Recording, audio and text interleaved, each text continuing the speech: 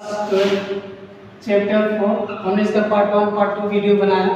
Part 3 में है जनसंख्या नियंत्रण में बताया, परिवार नियोजन बताया, जनसंख्या वृद्धि कितना, विश्व में कितना जनसंख्या चला, इन सारी चीज़ों को देखें। अब यहाँ देखेंगे जनसंख्या वृद्धि से यानी जनसंख्या जो हमारी बढ़ रही है, जनसंख्या वृद्धि से क्या प्रभाव पड़ने वाला समाज पर, किस प्रकार से जो बड़ी समस्या हमारे सामने उत्पन्न हो सकती है, इसको देखते हैं और कौन कौन सी समस्या हमारे पास उत्पन्न हो रही है, इन सारे विषयों पर हम चर्चा करेंगे।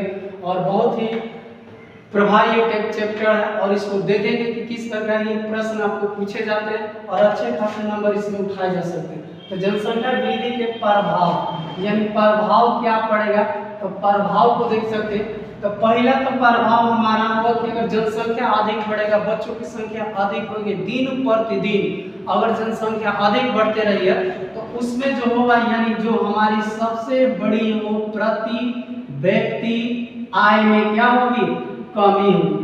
प्रति व्यक्ति आय में कमी होगी। प्रति व्यक्ति आय कहने का मतलब जो हमारा सालाना इनकम है या जो हमारा महीना का इनकम है, उस महीना के इनकम में खर्च अधिक बढ़ेंगे तो जो हमारा बचत होता था, बचत में क्या आ जाएगी, कमी आने लगेगी। कमी इतना हो जाएगी, हो सकता है हम अपनी संसाधनों को भी पूरा नहीं कर सकते। तो पहला याद रखिएगा, प्रति व्यक्ति आय में कमी यानी जो हमारा इनकम होगा उसमें कमी होने लगी।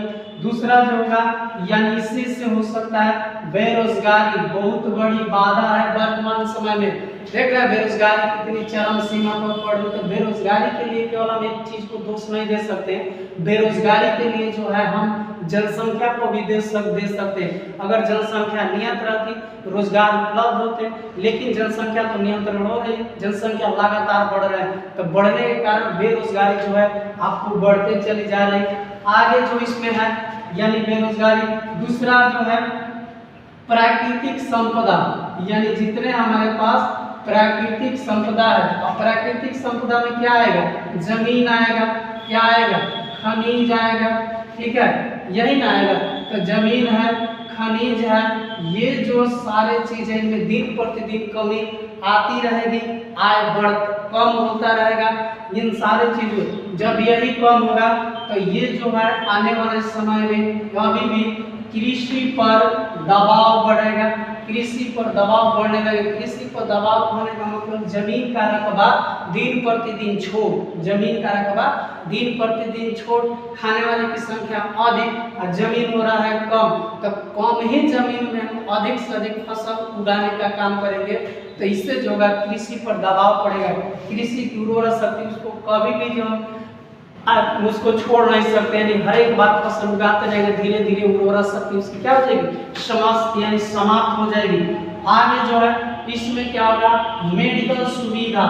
आज देख रहे हैं अगर मान लीजिए जनसंख्या कम है, बच्चे कम हैं, तो उनको जो है अच्छी तरह से मेडिकल सुविधा दी जा सकती है, मतलब उनको स्वास्थ्य पर भरपूर ख्याल रखा जा सकता है। किसी भी चीज़ को कमी नहीं, उसे डॉक्टर से सही समय पे इलाज कराया जा सकता है, अच्छे से अस्पताल में दिखाया जा सकता है, उसकी आयु को बढ़ाया जा सकता है। लेकिन यहाँ क्या है कि मेडिकल कमी, मेडिकल दिन प्रतिदिन महंगे होंगे, महंगे हो तो अच्छा ट्रीटमेंट नहीं होगा, और ट्रीटमेंट जब नहीं होगा तो वही जो होगा यानी मृत्यु दर जो होगी बढ़ने लगेगी। तो हमें जो है इसको रोक के रखना चाहिए जनसंख्या नियंत्रण को। तो मेडिकल असुविधा हमारे पास सबसे ज्यादा आने लगेगी।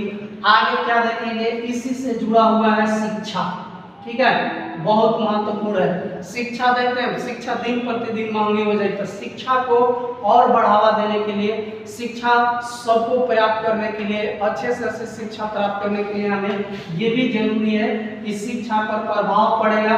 यानी हम जो है अपने बच्चों को अच्छे ढंग से पढ़ा नहीं सकते, उनकी आवश्यकताओं को पूर्ति नहीं कर सकते।